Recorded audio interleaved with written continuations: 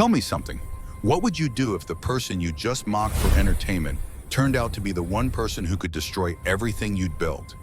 That's exactly what happened when Mafia boss Tony Gardner jokingly asked a homeless man how to handle a rival.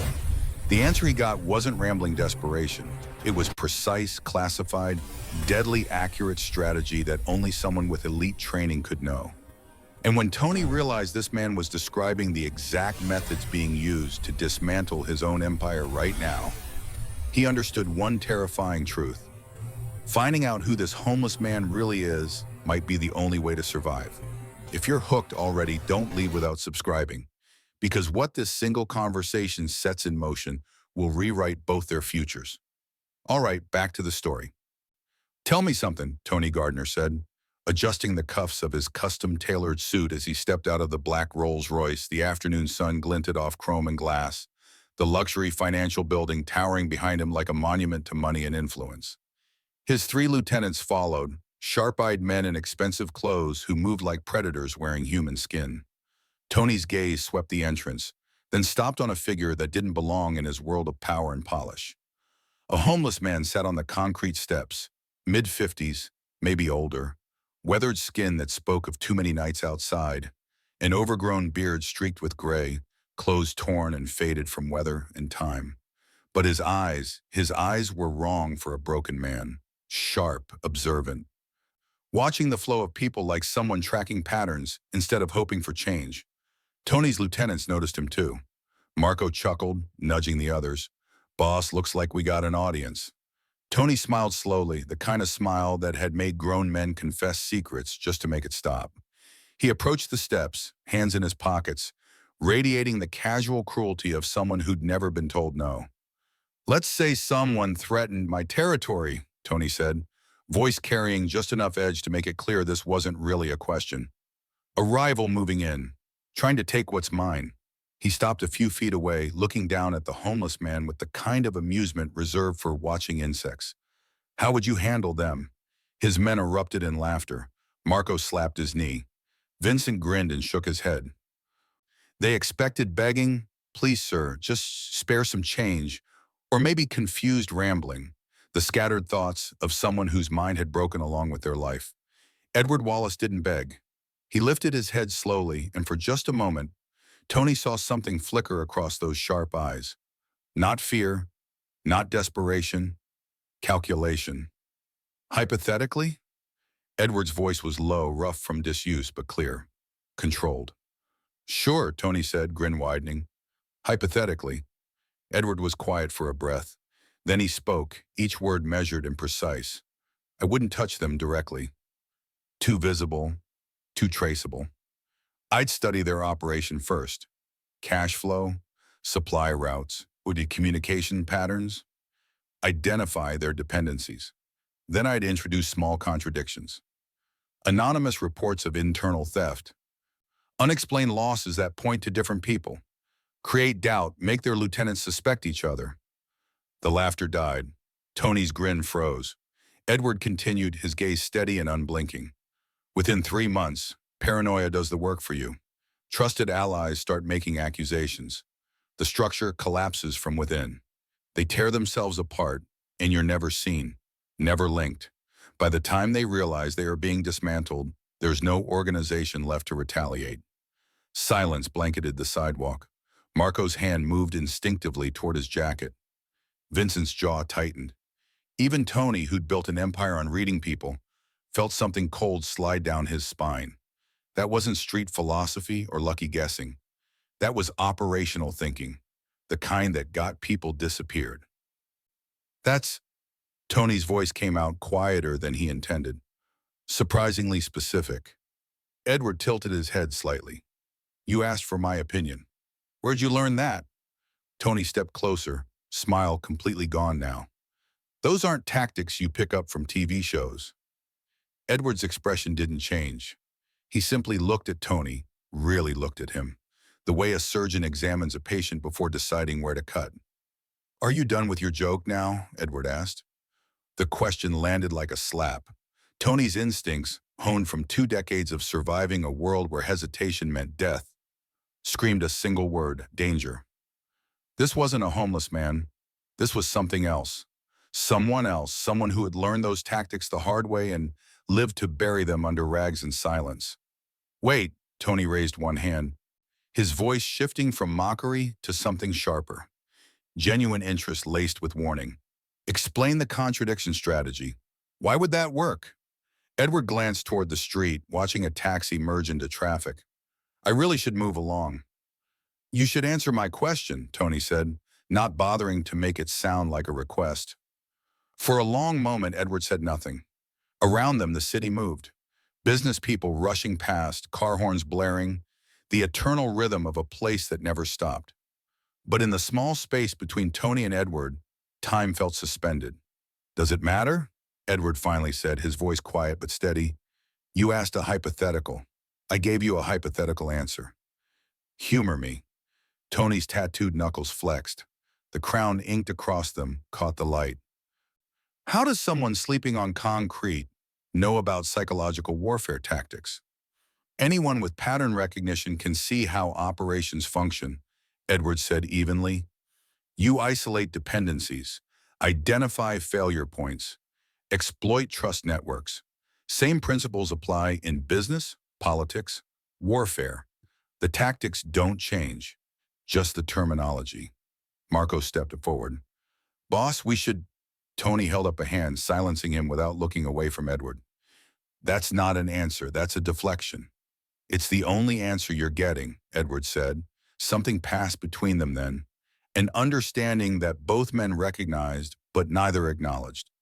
Tony saw it clearly. This man had secrets that went deeper than the streets, darker than poverty, more dangerous than anything Tony had encountered in 15 years of building his empire. And Edward saw something too. Recognition. Not just curiosity, not just suspicion. Fear. The most powerful man on this block was afraid. Sit, Tony gestured to the step. Not a request, a command. I'd rather not. I insist. Edward's eyes narrowed. And if I refuse? Tony smiled, but there was no warmth in it. Then my associates will insist more persuasively. Your choice. Either way, we're having this conversation. Vincent moved to Edward's left, Marco to his right. The message was clear. Edward considered for a moment, then slowly lowered himself back to the step. Not out of fear, Tony could see that, but out of calculation, choosing battles, conserving energy, the move of someone trained to survive. 5 minutes, Edward said. I'll take as long as I need. Tony remained standing, looking down at him. Who are you? Nobody important. Bullshit. Nobody describes asset extraction and supply chain analysis like it's a recipe for pasta. That's operational thinking, military, intelligence, corporate espionage, maybe. So I'll ask again, who are you? Edward met his gaze. Just a man who spent too much time thinking and not enough time forgetting. About what? Things that don't concern you. Tony crouched down, bringing himself to eye level. His voice dropped to something almost conversational, but edged with steel.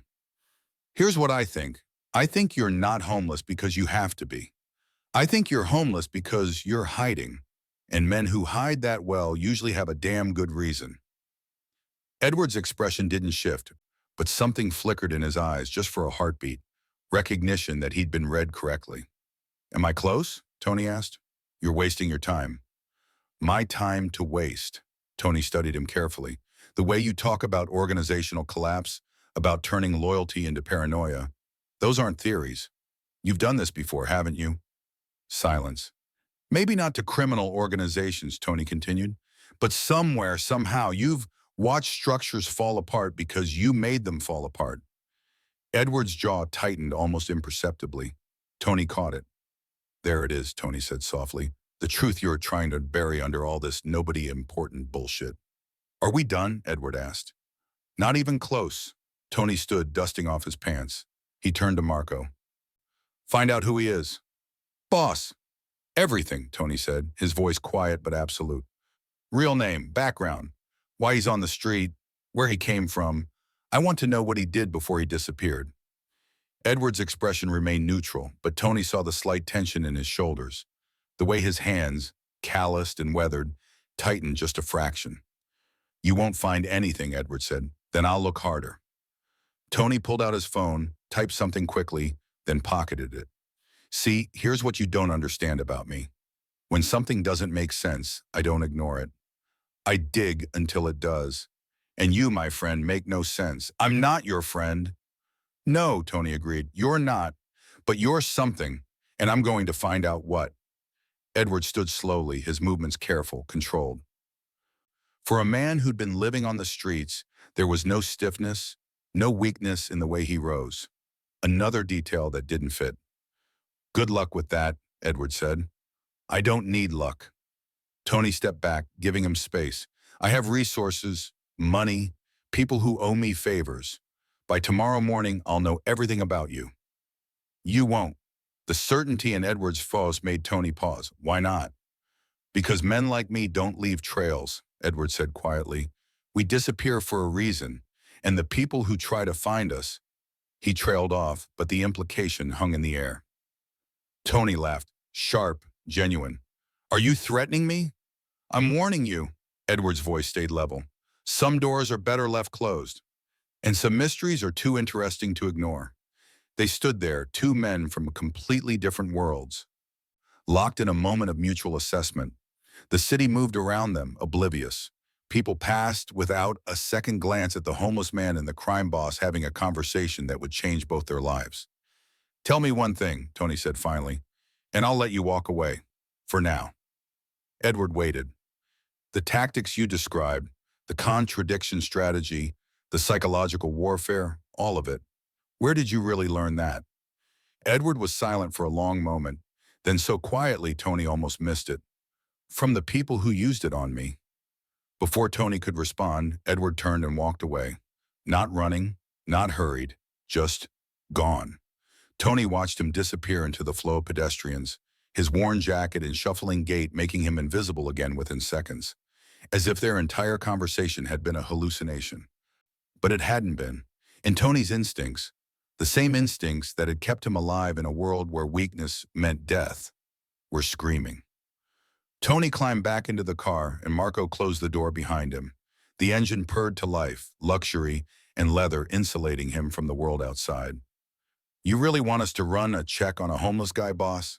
Marco asked from the front seat, skepticism clear in his voice. Tony didn't answer immediately. He watched through tinted windows as they pulled away from the curb, scanning the sidewalk for any trace of Edward. Already gone. Vanished like smoke. That wasn't a homeless guy, Tony said quietly. Vincent Marcello, sitting beside him, raised an eyebrow. What was he then? Tony's jaw tightened. I don't know. But someone doesn't describe classified infiltration tactics like they're reading a grocery list unless they've used them. Maybe he's just educated, Vincent offered. Read some books, watch some documentaries. He described our method, Vincent. Tony's voice cut like a blade. The Rossi takedown, 3 years ago. You remember how we did it? Vincent's expression shifted, casual dismissal replaced by something harder. Anonymous tips, financial inconsistencies, turned the family against itself from the inside. Word for word. Tony let that sink in. So either this man was somehow involved in our operation, which is impossible because our circle was airtight, or he's used the same playbook before, Vincent finished, his voice dropping. Silence filled the car, broken only by the hum of traffic and the soft leather creaking as Tony shifted. I want everything, Tony said finally. Real name, background, military service if any, government connections, intelligence work, why he's on the street, where he came from, how he disappeared, when. Marco glanced in the rearview mirror. And if we can't find anything? Tony's eyes went cold. And you keep looking until you do. Use every contact we have. Pay whoever you need to pay. Threaten whoever you need to threaten. Because men like that don't just happen. They're made, forged. And I need to know who made him and why the hell he's sitting outside my building. You think he's targeting you? Vincent asked. I think, Tony said slowly, that conversation wasn't random. He knew exactly what he was saying, exactly how I'd react. Which means either he wanted me to find him, or he's sending a message, Vincent concluded. Tony nodded. Either way, I need to know who Edward Wallace really is. The Mercedes merged into traffic, carrying Tony back toward his empire. The clubs, the restaurants, the networks of influence and fear he'd spent 15 years building. But his mind stayed on those steps, on a man in rags who spoke like a ghost from a classified file, on the chilling possibility that Edward Wallace knew exactly who Tony was and had been waiting for him. If your heart just skipped a beat, you're not ready for what comes next. Hit that subscribe button now, because the investigation Tony launches will uncover a truth darker than either man is prepared for. And the enemy they're both facing is already 10 steps ahead. Tony's investigation begins. The results are more disturbing than he ever imagined. And somewhere in the city, Edward Wallace prepares for the confrontation he knew was inevitable from the moment he answered that question. 48 hours. That's how long it took for Tony's best investigator, a former federal agent who specialized in finding people who didn't want to be found, to come back with results that made no sense. Tony sat in his office, a converted penthouse overlooking the financial district, floor-to-ceiling windows framing the city like a kingdom he'd conquered. The leather folder sat on his desk, thin, too thin. Victor Reyes stood across from him, arms crossed, watching Tony's expression darken with each page turned. Edward Wallace, Tony read aloud. Born 1975, Philadelphia. Military service starting 1993. Honorable discharge 2004. Then, he flipped the page. Employment with the Department of Defense. Strategic operations. Conflict resolution. Sounds like a consultant, Victor offered. It sounds like a cover, Tony corrected. He tapped the next section. Look at this. From 2004 to 2016, everything is either classified or redacted. 12 years of black ink and government seals. Then, nothing. Nothing. Complete disappearance. No forwarding address, no bank accounts, no credit cards, no employment records. Social Security shows no activity. It's like he walked off the face of the earth 7 years ago. Tony closed the folder and leaned back. People don't just vanish like that. Not without help. Not unless they're running from something. Victor moved to the window, his reflection ghostly against the city lights. Or running from someone. The investigator tried pulling military records. Denied. Tried federal databases. Access blocked. Even called in favors from the FBI. Tony's voice was quiet, controlled, but Victor heard the frustration beneath. Every door closed, every file sealed. Whatever Edward Wallace did for the government, they don't want anyone knowing about it. So what do we do? Tony stood, walking to the bar and pouring 2 glasses of scotch. He handed one to Victor. We go back to the source. The next morning, Tony returned to the financial building. The steps were empty. He stood there for 20 minutes, hands in his pockets, watching pedestrians flow past like water around a stone. Business people, tourists, delivery drivers, but no Edward Wallace. He's not here, boss, Marco said from behind him. We've been watching the spot since yesterday. He hasn't come back. Tony's jaw tightened. Expand the search. 3-block radius. Shelters, soup kitchens, under bridges, anywhere homeless populations gather. I want him found. You really think he'll be at a shelter? Guy like that seems like he'd avoid crowds. Then think like him, Tony snapped. Where would you hide if you had elite training and wanted to stay invisible? Marco nodded and pulled out his phone, barking orders to the crew. Tony stared at the empty steps, replaying the conversation in his mind. I wouldn't touch them directly. Study their operation first. Introduce contradictions. Anonymous reports. Unexplained losses. The words echoed. And then, like ice water in his veins, realization hit. Tony didn't sleep that night. He stood in his penthouse, the city sprawling below, and opened his laptop. Financial records, shipping manifests, personnel files. He'd been so focused on finding Edward that he'd missed what was happening in his own organization. But now, looking at the data with fresh eyes, with Edward's words ringing in his ears, he saw it. 3 months ago, a shipment of pharmaceuticals went missing. Not stolen, just misrouted. The paperwork blamed a clerical error. 2 months ago, anonymous tip to the DEA about one of his distribution points. Nothing came of it, but the investigation spooked his suppliers. Two of them cut ties. 6 weeks ago, his accountant discovered discrepancies. Money moving between accounts with no clear authorization. Small amounts at first, then larger. 1 month ago, rumors started spreading that Victor was skimming profits. Tony had dismissed it. Victor was family, loyal for 15 years. But the whispers persisted, and now some of his lower-level guys were asking questions, looking at Victor sideways. Last week, his meeting with the Costello family fell apart when they accused him of negotiating behind their backs with their rivals. Tony had made no such contact, but someone had, using his name. Edward's voice, calm and surgical. Create doubt, make their lieutenants suspect each other. Within 3 months, paranoia does the work for you. Oh God, Tony whispered. It was already happening. Everything Edward described, every tactic, every method, was being executed against his organization right now. And Tony had been too blind to see the pattern. Someone was dismantling his empire from within. But who? And more terrifying, why did their playbook match Edward's description perfectly? Tony grabbed his phone and called Victor. "We have a problem," Tony said when Victor answered.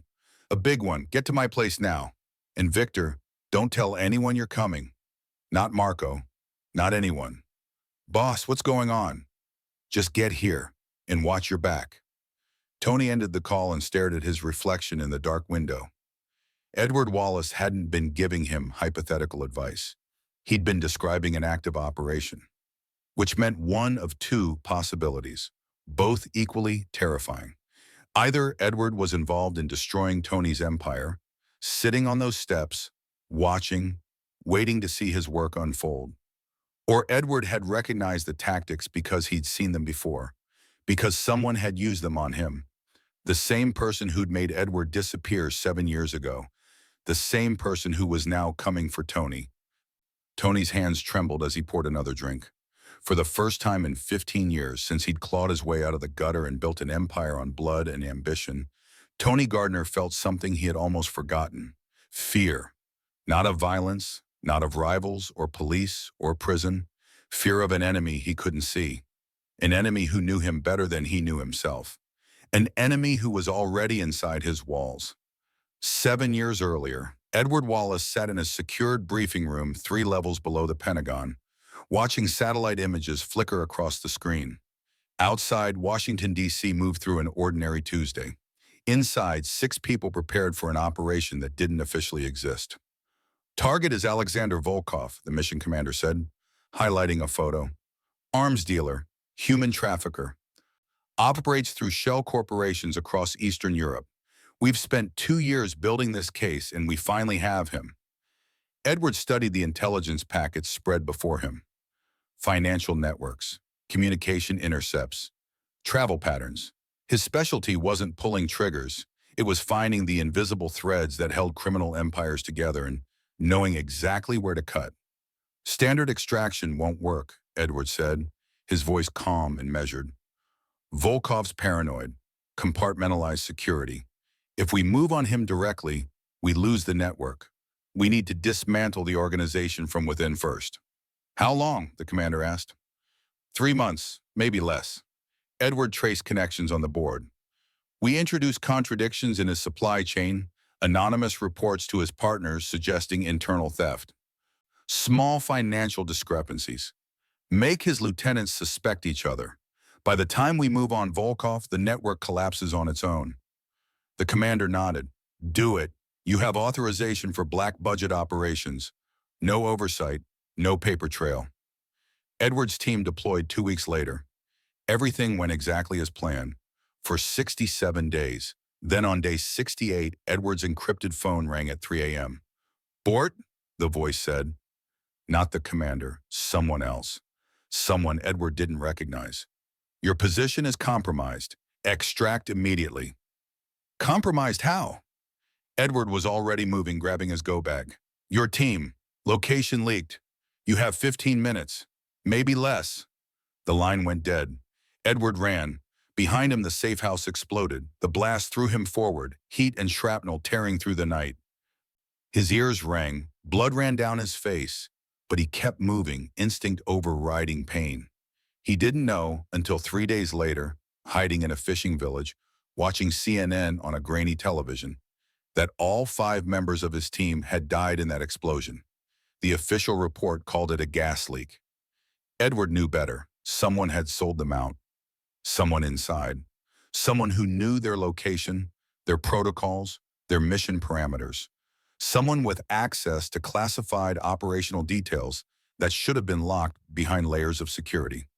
Have you ever trusted someone completely, only to realize they were the reason your world fell apart? Keep watching, because what Edward discovers about betrayal will cut deeper than you can imagine. When Edward tried to report back, to demand answers, to find out who'd betrayed his team, he discovered his security clearance had been revoked. His personnel file showed he had resigned 2 months earlier. His bank accounts were frozen. His identity, for all official purposes, had been erased.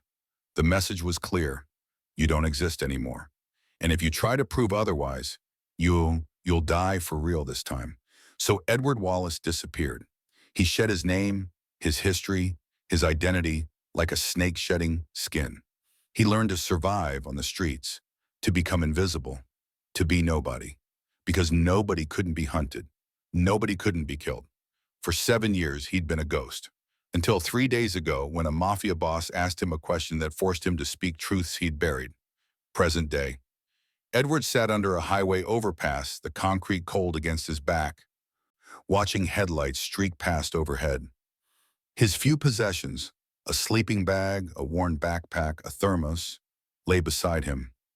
He'd known returning to that building was dangerous, known that engaging with Tony Gardner was a risk, but he'd had no choice.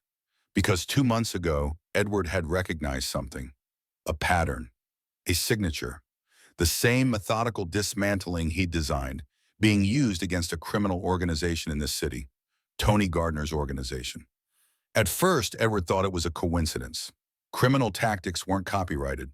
Maybe someone else had independently developed the same strategies. But the more Edward watched, and he'd been watching for weeks, reading discarded newspapers, listening to street gossip, piecing together fragments, the more certain he became. This wasn't parallel development. This was his method. Every detail, every sequence, like someone had taken his classified operational framework and deployed it against Tony Gardner. The same framework that had gotten his team killed, which meant the person who'd betrayed Edward 7 years ago, who'd murdered 5 operatives and erased Edward from existence, was here, in this city, active, still operating, still using Edward's own strategies as weapons. Edward had spent 7 years running, hiding, surviving, but now the past had found him anyway. And when Tony Gardner asked that question on the steps, half joke, half arrogance, Edward had made a split-second decision.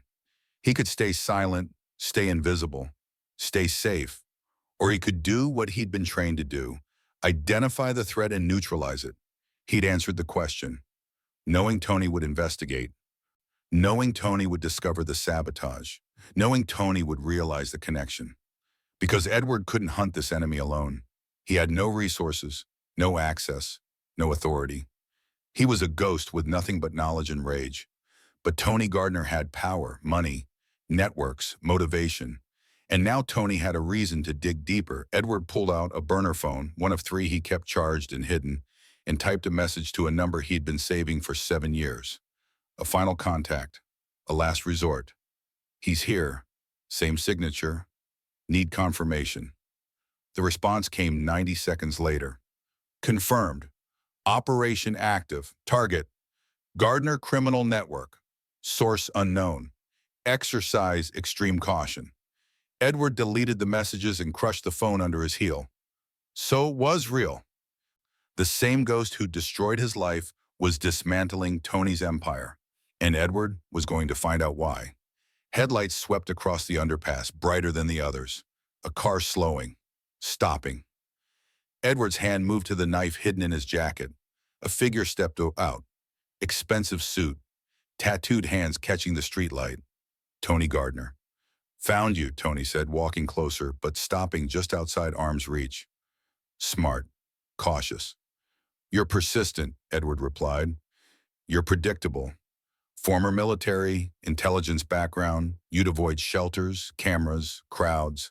Highway underpasses offer visibility in all directions, quick escape routes, and enough noise to mask conversations. Took me 3 hours to check them all. Edward allowed himself a thin smile. Not bad. We need to talk. About what? Tony's expression was hard, but Edward saw fear underneath. Real fear. About who's destroying my organization. About why their methods match your description perfectly. About what the hell is really going on. Edward stood slowly, deliberately non-threatening. You won't like the answer. Try me. Edward looked at Tony Gardner, a criminal, a killer, a man who'd built an empire on violence, and saw something unexpected. Desperation. The same desperation Edward had felt 7 years ago, watching his world burn. The person dismantling your empire, Edward said quietly, is the same person who destroyed my life, who killed my team, who erased me from existence.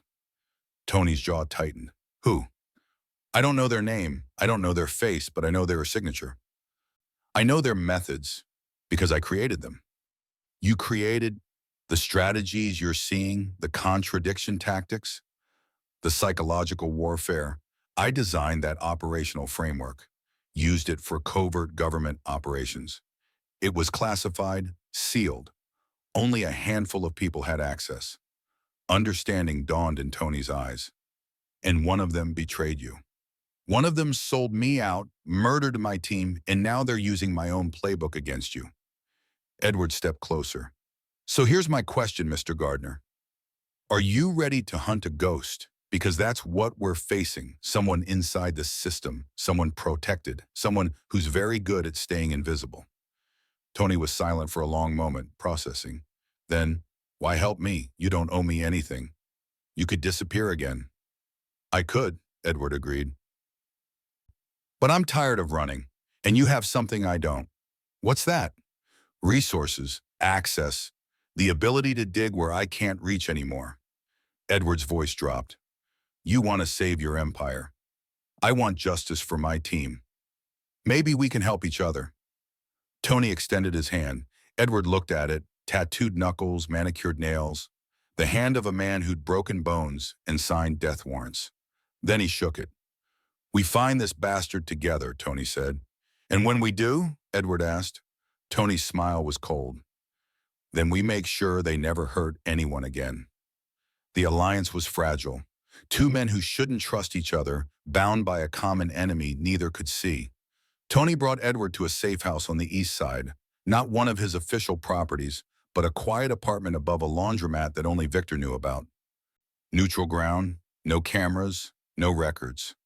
Edward stepped inside cautiously, his eyes scanning exits, windows, sightlines, old habits from a life he'd tried to forget. Sit, Tony gestured to the table where files were already spread out. Financial records, shipping manifests, personnel reports. I need you to see something. Edward remained standing. First, ground rules. Tony raised an eyebrow. You're setting terms? If we're doing this, we do it smart. No impulsive moves, no violence unless absolutely necessary, and everything we discover stays between us until we know who we can trust. I trust Victor, Tony said immediately. Do you? Edward's voice was quiet but sharp. Completely? With your life? Because whoever's running this operation is close to you, Tony. They know your patterns, your schedules, your weaknesses. That kind of intel doesn't come from outsiders. Tony's jaw tightened. The implication hung heavy in the air. Victor and I built this together. 15 years. How long have you known the people who betrayed you? Edward asked. Tony didn't answer. Exactly. Edward finally sat, pulling the files toward him. So we trust no one, not yet, not until we're certain. For the next 3 hours, they worked in tense silence. Edward analyzed the data with surgical precision, his mind falling into patterns he hadn't used in 7 years. He mapped timelines, cross-referenced incidents, identified correlations that Tony had missed. Here, Edward pointed to a shipping manifest from 11 weeks ago. Pharmaceutical shipment rerouted to a secondary warehouse. The paperwork says clerical error, but look at the authorization signature. Tony leaned closer. That's, that's Marco's signature. Is it? Edward pulled out another document. Compare it to this one from 6 months ago. Same name, but the signature's slightly different. Someone forged it. Tony's blood ran cold. Someone's setting up my people. Not just setting them up, isolating them, creating suspicion. Edward laid out more documents in sequence, like pieces of a puzzle. The anonymous DEA tip? It came right after you had a closed-door meeting with your suppliers. Only 4 people knew about that meeting. Me, Victor, Marco, and Vincent. And whoever's doing this knew about it too. Edward tapped the timeline. Then the accounting discrepancies started. Small amounts at first, designed to look like Victor might be skimming. Then the rumor mill started turning. Tony stood, pacing. I shut those rumors down. But they planted seeds of doubt, didn't they? Made you question, even for a second. Edward's voice was calm, clinical. That's the point. Erosion, not explosion. They're not trying to destroy you in one move. They're making you destroy yourself. The Costello situation, Tony said, realization dawning. Someone reached out to their rivals using my name. Made it look like I was playing both sides. Exactly. Classic contradiction strategy. Make your allies question your loyalty while making you question theirs. Edward pulled out a notepad and began sketching an organizational chart. Walk me through your inner circle. Everyone with access to sensitive information. Tony hesitated. If you want my help, Edward said, I need the full picture. Tony sat back down. Victor Marcello, second in command. Known him since we were kids. He's family. Edward wrote the name. Who else? Marco Santini, head of security. Been with me 8 years. Loyal, efficient. Everyone's loyal until they're not. Next. Vincent Torres, financial operations. Former accountant who got tired of corporate life. 5 years with me. Edward added the names, drawing lines of connection. Anyone else with regular access? Elena Cross. She manages our legal front, the legitimate businesses we use for laundering. Smart, discreet. 3 years. And outside your organization, partners, associates? Tony rattled off names, suppliers, politicians on his payroll, other crime families he had arrangements with. Edward documented everything, building a web of relationships and potential vulnerabilities. This enemy of yours, Tony said finally, the one who destroyed your team, you said only a handful of people had access to your operational framework. Who were they? Edward's hand stilled on the paper. My commanding officer, 2 Pentagon liaisons, and 3 members of an oversight committee. Names? I can give you names, but they won't help. Everyone I worked with had multiple layers of security clearance. If one of them went rogue, they'd be protected, insulated, untouchable. Nobody's untouchable, Tony said darkly. These people are. Edward met his eyes. They exist in a world where records disappear, where investigations get buried, where whistleblowers have accidents. I tried to expose them once. I ended up erased. So what's the play? Edward stood, walking to the window. Below, the laundromat's neon sign flickered against the night. We don't go after them directly. We follow the operation. Whoever's attacking you is using my methods, which means they're following a predictable pattern. If we can anticipate the next move, we can trace it back to the source. What's the next move? Escalation. Edward turned back. They've spent 3 months destabilizing your organization, creating paranoia, weakening alliances. Now comes the breaking point, something big enough to shatter whatever trust remains. Tony's phone buzzed. He glanced at the screen and his face went pale. What is it? Edward asked. Marco, one of our warehouses is on fire. The one where we store. He trailed off. Store what? Everything. Records, backup funds, product. If that warehouse goes, we lose 6 months of inventory and every piece of documentation connecting our legitimate businesses to the real operations. Edward's expression hardened. That's the escalation. Destroy your infrastructure and your paper trail in one move. When did it start? Tony was already heading for the door. 10 minutes ago. Fire department's on scene, but it's not about the fire, Edward said. It's about what happens while everyone's distracted. Where's Victor right now? Tony froze. At the warehouse. He called it in. And Marco? Also there. Vincent? I... I don't know. Edward grabbed his jacket. Then we need to find him because if I'm right, someone's about to make a move on your financial operations while your security and second-in-command are busy with the fire.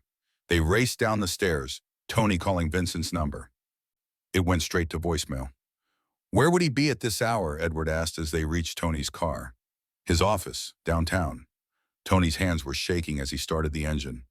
But if someone's already there, then we're already too late to stop them. But maybe not too late to catch them. The Mercedes tore through empty streets, traffic lights blurring past. Tony's mind raced faster than the engine. Trust no one. For 15 years, he'd built his empire on loyalty, on the bonds forged in blood and brotherhood. Victor, Marco, Vincent, these weren't just employees, they were family. But Edward's words echoed, "How long did you know the people who betrayed you before?" They reached the building where Vincent kept his office. The lights were on. Third floor. Tony and Edward took the stairs, moving quietly. The hallway was empty, but Tony heard voices coming from Vincent's door. Not voices, a voice. Vincent's. On the phone. Don't care about the fire. Stay on schedule. Yes, I know the risks. Just make sure the transfer's complete before Gardner figures it out. Tony's world tilted. Edward put a hand on his shoulder, holding him back. Wait, his expression said. Listen. No, Marco doesn't suspect anything, Vincent continued. He thinks the fire's accidental. By the time they realize the records are gone, we'll already have moved the funds offshore. Gardner won't have proof of anything. Silence as Vincent listened to whoever was on the other end. I said I'd deliver Gardner's organization, and I will. 3 months just like we planned. Now stop second-guessing me and stick to the timeline. Vincent ended the call. Tony moved to burst through the door, but Edward pulled him back, shaking his head firmly. He leaned close and whispered, "We need to know who he was talking to. If we confront him now, we lose that thread." Every instinct Tony had screamed for violence, for answers, for Vincent's throat between his hands. But Edward was right. This wasn't about revenge. Not yet.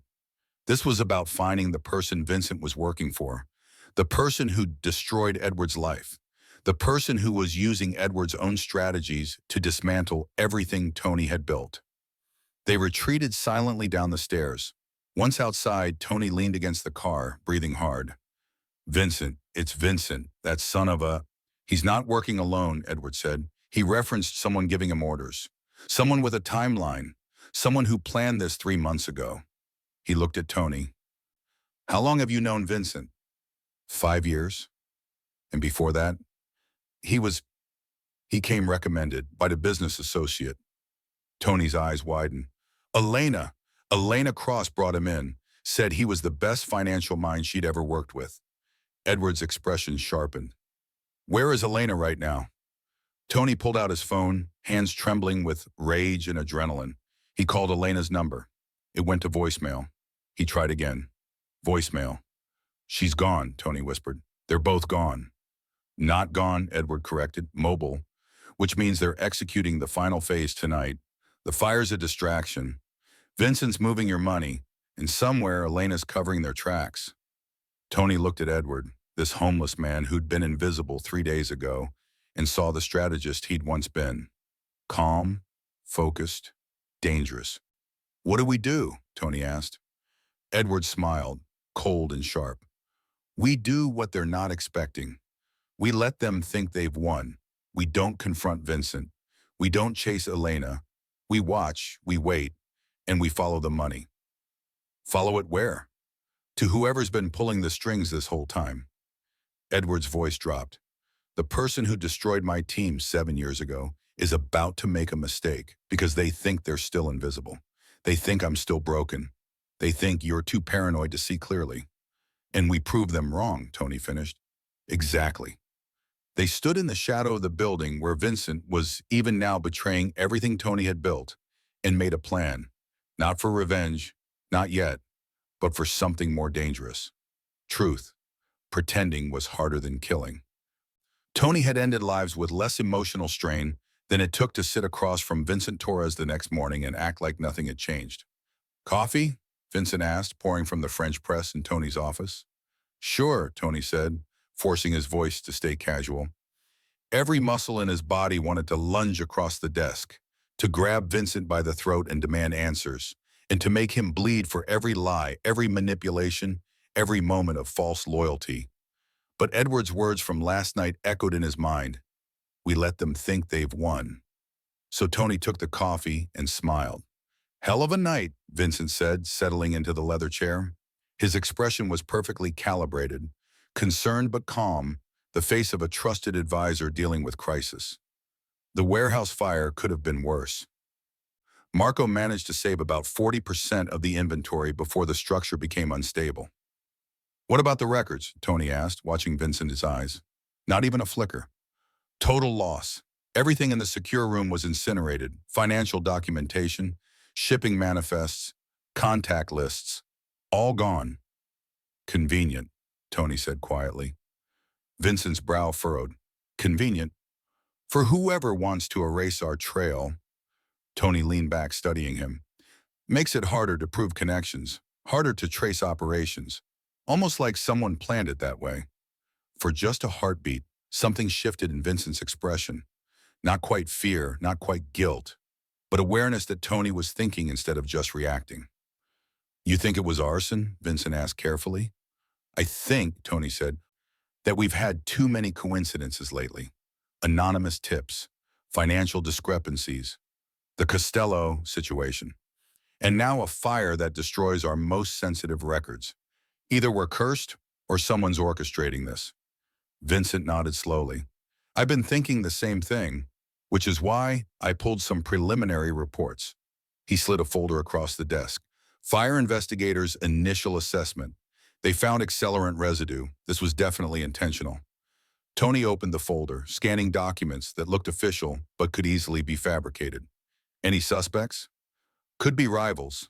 The Costello family's still angry about the negotiation confusion. Or maybe the DEA's making a move, trying to destroy evidence before we can move it." Vincent paused. "Or it could be internal." "Internal." Tony's voice was ice. "I hate saying it, boss, but we need to consider the possibility. Someone with access. Someone who knew exactly what was in that warehouse." Vincent's expression was troubled. Perfectly acted. "I've been going through personnel files, looking for anyone with unusual financial activity, unexplained absences, connections to rival organizations." "Find anything?"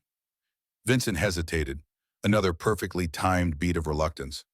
"Marco had a meeting last week I can't account for. He said he was checking on a supplier, but the timeline doesn't match his phone records." There it was, the next move in the playbook Edward had predicted. Turn the inner circle against each other. Make them suspect everyone. Vincent was setting up Marco. Tony felt rage building, but kept his face neutral. "You think Marco's the leak?" "I don't want to think that. But if someone inside is compromising us, we can't ignore the evidence." Vincent leaned forward. "I know he's been with you for years, but so have others who've turned. Money, threats, blackmail. There are 1,000 reasons people betray." "Like whatever reason you had," Tony thought, but said, "Keep investigating." Quietly. "I need to know for certain before we make accusations." "Understood." Vincent stood. "In the meantime, I've been working on rebuilding our financial records from backup servers. It'll take a few days, but we should be able to reconstruct most of what was lost." "Good. Keep me updated." Vincent paused at the door. "Boss, I know this is hard, questioning people you trust, but we'll get through it. We always do." The sincerity in his voice was masterful. Tony waited until the door closed before his hands curled into fists so tight his knuckles cracked. Edward was waiting in the safe house when Tony arrived an hour later, looking exactly like what he was. A homeless man who'd slipped into the building unseen through the service entrance. "He tried to frame Marco," Tony said immediately, pacing. "Gave me some bullshit about suspicious meetings and phone records. Wants me to suspect my own head of security." Classic misdirection.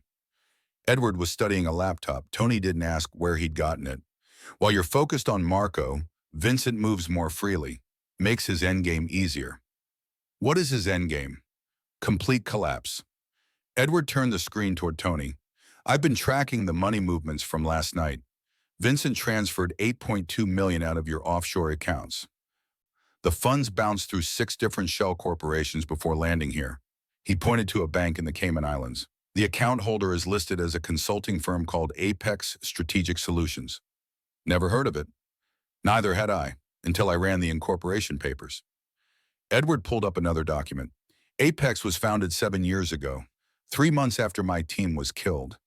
And the registered agent is Elena Cross. Tony felt the floor shift beneath him. She's been planning this for 7 years? Not just planning, building. She's been systematically positioning herself inside criminal organizations, using my operational framework to dismantle them, and funneling the assets into Apex. Edward's voice was cold, clinical. You're not the first, Tony. You're just the latest. How many others? I've found evidence of 4 similar operations in the past 7 years. Different cities, different organizations. All of them collapsed from internal paranoia and financial collapse. And all of them had one thing in common. What? Elena Cross, sometimes using different names, different covers, but always the same pattern. She infiltrates, she recruits a financial insider, she executes a 3-month dismantling operation, and she disappears with the assets. Tony sat down heavily. So Vincent's just a tool. She's the architect. Not just the architect, Edward said quietly. She's the one who had access to my classified operational framework. She was one of the Pentagon liaisons on my oversight committee. The pieces fell into place with sickening clarity. She's the one who betrayed you, Tony said. Edward nodded. She leaked my team's location, orchestrated the explosion, and when I tried to report it, she used her government connections to erase me. His hands trembled slightly, the first emotion Tony had seen break through his controlled exterior. 5 people died because she wanted my playbook for her own profit. Why target criminal organizations? Why not just use the strategies for legitimate corporate espionage? Because criminals can't go to the police, Edward said simply. When you dismantle a mafia family or a drug cartel, they can't report the theft, can't file charges, can't seek legal recourse. It's the perfect crime, stealing from people who can't admit they've been robbed. Tony's mind raced. So she's been doing this for 7 years, using Vincent to get inside my organization. And now she's executing the final phase. Almost. Edward closed the laptop. There's one more step in the playbook. After the infrastructure collapses and the assets are transferred, she eliminates loose ends. Vincent, and anyone else who could connect her to the operation. She'll make it look like internal violence, a power struggle, bodies that tell the story of an organization tearing itself apart. Tony's blood ran cold. When? Based on the pattern from previous operations? 72 hours after the final asset transfer, which means 2 days from now, Tony finished, she'll move on Vincent first, then probably Marco to sell the narrative of internal conflict. Then you. Tony stood, pacing again. So we have 2 days to stop her.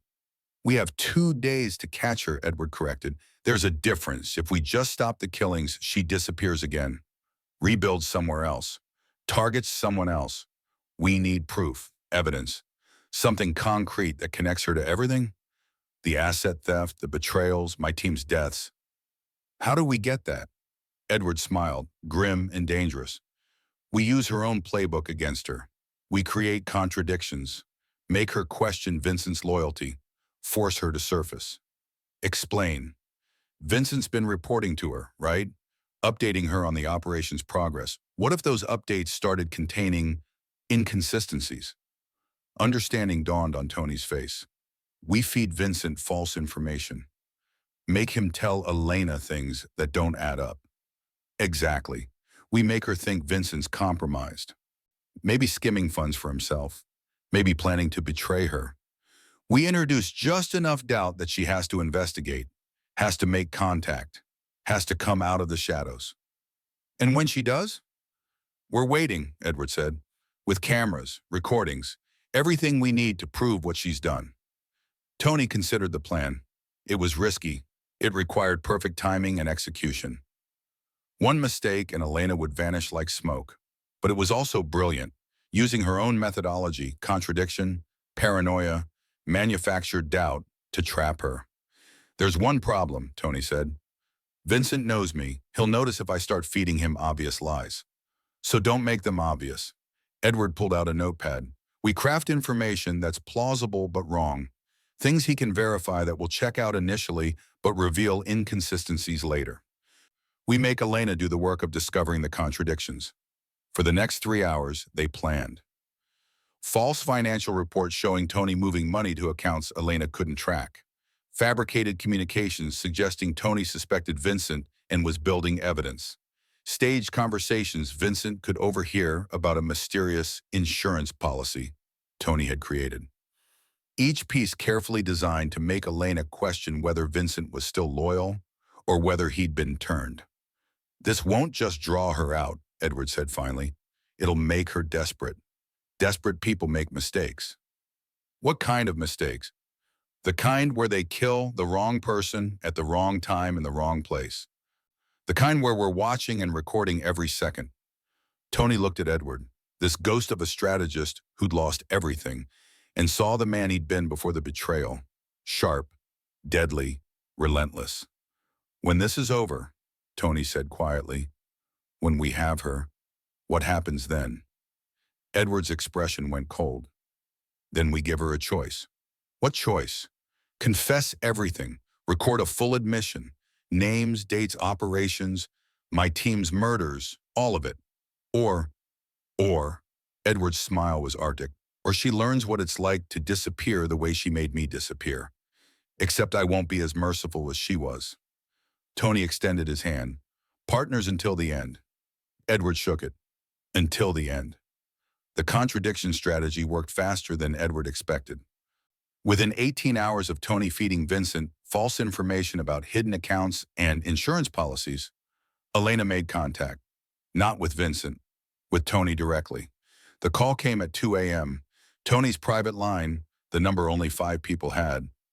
Mr. Gardner, Elena's voice was smooth, professional. I hope I'm not calling too late. Tony sat up in bed, adrenaline spiking. He activated the recording app Edward had installed on his phone earlier. Elena, this is unexpected. I've been reviewing our legal structures in light of the warehouse fire. There are some discrepancies I need to discuss with you, privately. Discrepancies? Financial irregularities that don't match our official records. I'd rather not discuss over the phone. A pause. Can we meet? Tomorrow morning, somewhere discreet. Tony's mind raced. This was it, Elena making her move. But was she coming to assess the situation or to eliminate the threat? The waterfront warehouse, Tony said. The abandoned one on Pier 7, 6 a.m. That's rather early. I have meetings all day. It's the only time I have. He kept his voice casual, slightly annoyed. Unless you want to wait until next week? No, tomorrow's fine. 6 a.m. Come alone, please. This is sensitive. Of course, she hung up. Tony immediately called Edward, who was waiting at the safe house. She took the bait, Pier 7, 6 a.m. That's not a meeting, Edward said immediately. That's an execution. Isolated location, early morning, no witnesses. She's not coming to talk. I know, which is why I'm not going alone. You're not going at all, I am. Tony stood pacing his bedroom. She's expecting me. Exactly, which is why when I show up instead, she'll be thrown off balance, confused. And in that moment of confusion, she'll reveal herself. Or she'll just leave. She won't, Edward's voice was certain, because I'm the one piece of this puzzle she never accounted for. She thinks I'm dead or broken or too far gone to matter. When she sees me, when she realizes, yeah, I've been helping you, she'll have to act. And that's when we get our proof. Tony wanted to argue, but Edward was right. What do you need from me? Stay away from Pier 7, but have Victor and Marco positioned nearby with cameras. Long range. Hidden. I need every second documented. Victor's compromised. He's working with her. No, Edward corrected. He's working with Vincent, and Vincent's working with Elena. But Victor doesn't know about Elena. He thinks Vincent's running the operation. Tony's head spun. How do you know? Because if Victor knew Elena was the architect, he wouldn't have tried to frame Marco. He would have been more careful, more subtle. His moves have been sloppy. The signature, forgeries, the obvious timing of the warehouse fire. Those are the mistakes of someone following orders without understanding the bigger picture. So Vincent's the lieutenant and Elena's the general. Exactly, which means Victor's a liability to Elena now. He knows too much, but not enough. She'll want him gone too. Tony processed this. You think she'll move on Victor? Eventually, but first, she needs to deal with the immediate threat. You and whatever insurance policy you supposedly have. Once that's handled, she'll clean up the rest. What would you do if you realized the person coming to meet you was actually coming to kill you? Drop a comment and let me know where you were watching this from, because what happens at Pier 7 is going to rewrite everything. The next morning, Tony positioned himself 3 blocks from Pier 7 with Marco in a long-range camera setup. Victor was told to monitor their regular business operations, kept deliberately out of the loop. Edward approached the abandoned warehouse alone as dawn broke over the water. The pier was silent except for waves lapping against rotted wood and the distant cry of seagulls. Fog rolled in from the harbor, creating a gray world where visibility ended 30 feet out. Perfect conditions for murder. Edward stood in the center of the empty warehouse, hands in his pockets, waiting. At 6:03 a.m., he heard footsteps. Elena Cross emerged from the bar like a ghost materializing. Mid-40s, sharp business suit, blonde hair pulled back. She looked like she belonged in a boardroom, not an execution site. She stopped when she saw Edward instead of Tony. For 3 seconds, her professional mask slipped. Shock, recognition, fear. Then she recovered, face smoothing into careful neutrality. You're not Tony Gardner. No, Edward said quietly, I'm not. Elena's hand moved subtly toward her jacket. Edward tracked the motion, reaching for a weapon. I wouldn't, he said. We're being watched. 3 cameras, 2 angles. Everything you say and do is being recorded. Elena's hands stilled. Her eyes swept the warehouse, calculating. Edward Wallace. They told me you were dead. You told them I was dead, Edward corrected. After you leaked my team's location to Volkov. After you orchestrated the explosion that murdered 5 operatives. After you used your government clearance to erase my identity. That's quite an accusation. It's quite a crime. Elena smiled, cold and calculating. You have no proof, no evidence. Just the paranoid delusions of a homeless man who lost his mind years ago. I have financial records showing Apex Strategic Solutions funneling millions in stolen assets. I have communication logs connecting you to Vincent Torres. I have documented patterns of 4 previous operations identical to this one. And in about 30 seconds, I'll have a recorded confession. I'm not confessing to anything. You already are. Edward took a step forward. Why else would you come here? If I was just a crazy homeless man, you would have ignored Tony's meeting entirely. But you came because you needed to know how much we'd figured out, how much of a threat we posed. Elena's expression hardened. You should have stayed disappeared, Edward. You were safe as long as you stayed broken. I was never broken. I was buried. There's a difference. Not anymore. Elena's hand moved again, faster this time, pulling a compact pistol from her jacket. But Edward was already moving. Years of training that homelessness hadn't erased, muscle memory that poverty hadn't stolen. He covered the distance between them in 2 steps, his hand clamping around her wrist and twisting. The gun clattered to the concrete. They struggled. Brief, violent, professional. Elena was trained, but Edward had spent 7 years surviving streets where hesitation meant death. He swept her legs and put her on the ground, knee on her spine, arm twisted behind her back. It's over, Elena, he said, breathing hard. We have everything we need. You have nothing, she spat. You think anyone will believe the word of a disgraced operative and a mafia boss? I have lawyers, government connections. I'll bury this before it reaches trial. Maybe, Edward agreed, but you'll spend the rest of your life looking over your shoulder. wondering when the next ghost from your past will come hunting, wondering which door I'm waiting behind. Footsteps echoed through the warehouse. Tony entered, followed by Marco with a camera still rolling. Got all of it, boss, Marco said. Audio and video, crystal clear. Elena's face went pale. Tony crouched down beside her. Here's what's going to happen. You're going to give us a full confession. Every operation, every theft, every death. You're going to expose every government connection who helped you. And you're going to tell us exactly who else was involved in betraying Edward's team. And if I refuse, Tony's smile was brutal, then I let Edward have you. And trust me, what I do to you is mercy compared to what he's been planning for 7 years. Elena looked at Edward's face, at the cold, patient rage burning beneath the surface. And for the first time, she seemed to understand the depth of her mistake. She'd created a ghost, and now it had come home. I want immunity, she said finally. Full witness protection in exchange for testimony. You'll get a cell instead of a grave, Tony said. That's the only deal on the table.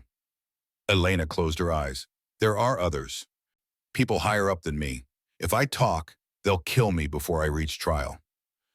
Then you'd better talk fast and talk completely, Edward said. Because right now, we're the only thing standing between you and them.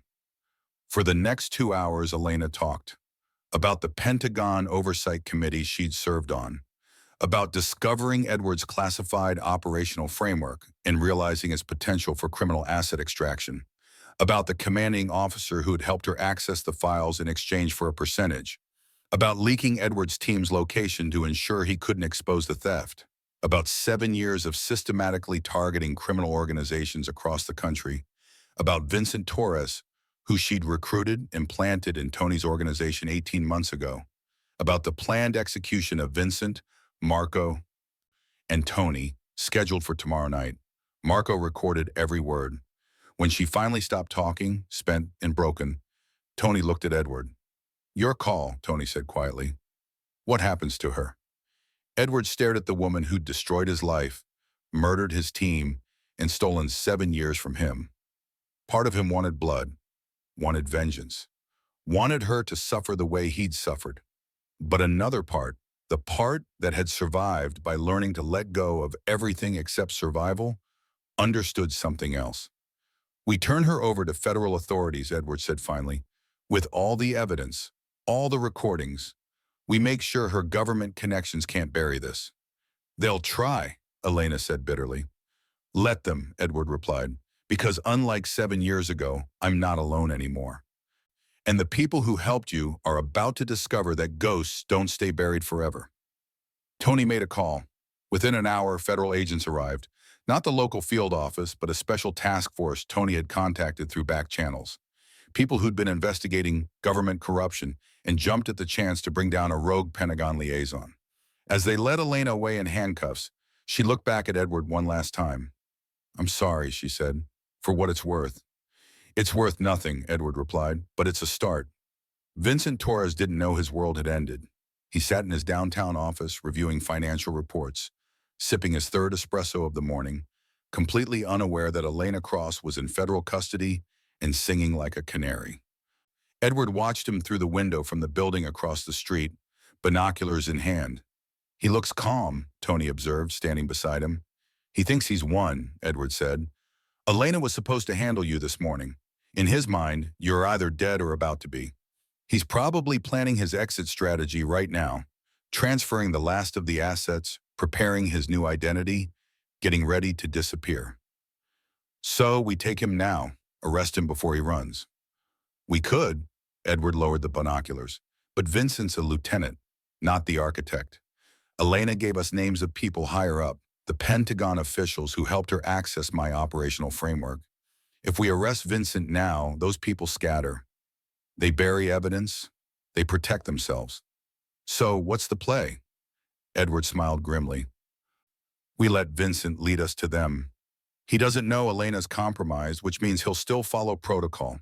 And protocol says that when a major operation concludes, the lieutenant reports to the handler. Elena said there's a backup contact, someone Vincent can reach if she's unreachable. Who? Colonel Marcus Brennan, Deputy Director of Strategic Operations at the Pentagon. He was on my oversight committee 7 years ago. Edward's voice went cold. He's the one who helped Elena access the classified files, the one who signed off on erasing my identity. If we can get Vincent to contact him, we can prove the connection. Tony pulled out his phone. The feds who took Elena, can we trust them? Agent Sarah Chen runs the task force. She's clean, been investigating Pentagon corruption for 3 years. This is the break she's been waiting for. Edward checked his watch. She's supposed to call any minute with... Tony's phone buzzed. He answered, listened, then put it on speaker. Agent Chen's voice was crisp and professional. We've got Elena in a secure facility. She's cooperating fully, but she's terrified. Says Brennan has connections throughout the intelligence community. Says if he finds out she's talking, he'll have her killed before trial. Can you protect her? Edward asked. We're trying, but she's right to be scared. Brennan's protected, respected, 30-year career with commendations from 3 administrations. Going after him without ironclad proof is career suicide. Elena's testimony isn't enough? Not without corroboration. Defense will argue she's a criminal trying to deflect blame. We need physical evidence. Communications, financial records, something that directly ties Brennan to the operation. Edward and Tony exchanged glances. Vincent Torres has that evidence, Edward said. He's been communicating with Brennan for 18 months. If we can access his files, his devices, his communications, then we'd have everything we need, Chen finished. But you can't just break into his office and steal his laptop. Anything obtained illegally is inadmissible. What if he gave it to us voluntarily? Tony asked. That would be different. But why would he do that? Tony smiled. Because we're going to make him think he has no choice. The plan was simple, brutal, and elegant. Edward would approach Vincent directly, not as a homeless man, but as who he really was, the architect of the operational framework Vincent had been using. The shock would destabilize Vincent, make him panic, make him reach out to Brennan for instructions. And when he did, they'd be listening. He'll recognize you, Tony said as they prepared. Elena must have told him about you. Maybe, maybe not. Edward had cleaned up for the first time in 7 years. Borrowed suit, trimmed beard, haircut. He looked like a different person. But even if she did, he thinks I'm either dead or irrelevant. Seeing me alive and coherent will break his sense of security. And if he runs instead of calling Brennan, then Marco follows him. Either way, we get what we need. At 6 p.m., Edward walked into Vincent's office building. The security guard barely glanced at him, just another businessman in a suit. Edward took the elevator to the 3rd floor and walked directly to Vincent's door. He didn't knock. Vincent looked up from his computer, irritation crossing his face. I'm sorry, do we have an appointment? No, Edward said, closing the door behind him, but we have history. Vincent's expression shifted from irritation to confusion to something harder.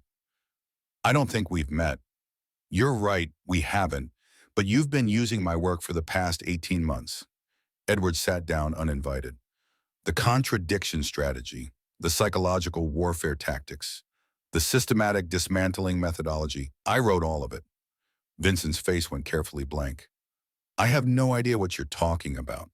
Yes, you do, because Elena Cross recruited you specifically to implement my operational framework against Tony Gardner. And you've done an admirable job, Vincent. Very precise, very methodical. Edward leaned forward. But there's a problem. What problem? Elena's in federal custody. She's been talking for 6 hours straight, and she gave you up. The color drained from Vincent's face. She told them everything, Edward continued. The Apex accounts, the asset transfers, the planned executions. Your role as her inside man, it's over, Vincent. Vincent stood abruptly. Get out of my office. I'm not here to arrest you. I'm not law enforcement. I'm just the man whose life you helped destroy. Edward's voice stayed calm, almost conversational. I'm here to offer you a choice. What choice? You can run. Take whatever money you have managed to hide and disappear. Maybe you'll make it a week before Brennan's people find you. Maybe a month if you're lucky. But eventually, they will find you. Because you're a loose end, Vincent. And Colonel Brennan doesn't leave loose ends. Vincent's breathing quickened. Or? Or you cooperate. Give us everything, communications with Brennan, financial records, operational details. You testify against him, and maybe, just maybe, you survive this. Testify against a Pentagon colonel? That's suicide. Running from one is slower suicide. Edward stood. Elena thought she was protected too, thought her government connections made her untouchable. Now she's in a cell, and Brennan's already moving to eliminate anyone who can tie him to this operation. You think you're safe? You think he won't sacrifice you to save himself? Vincent's hand trembled as he reached for his phone. Go ahead, Edward said.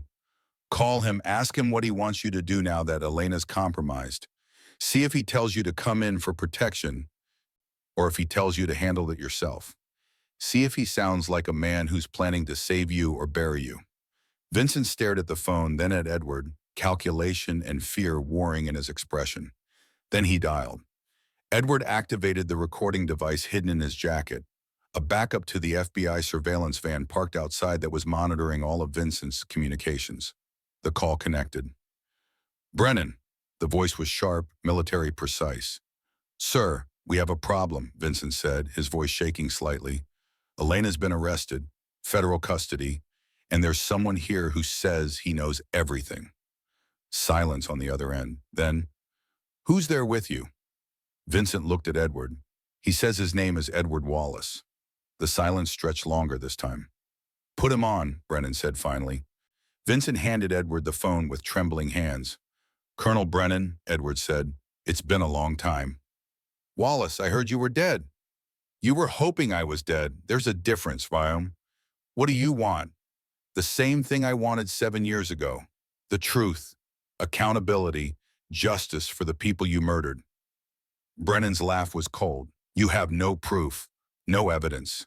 Just the word of a disgraced operative who's been living on the streets. I have Elena's testimony. I have Vincent's communications.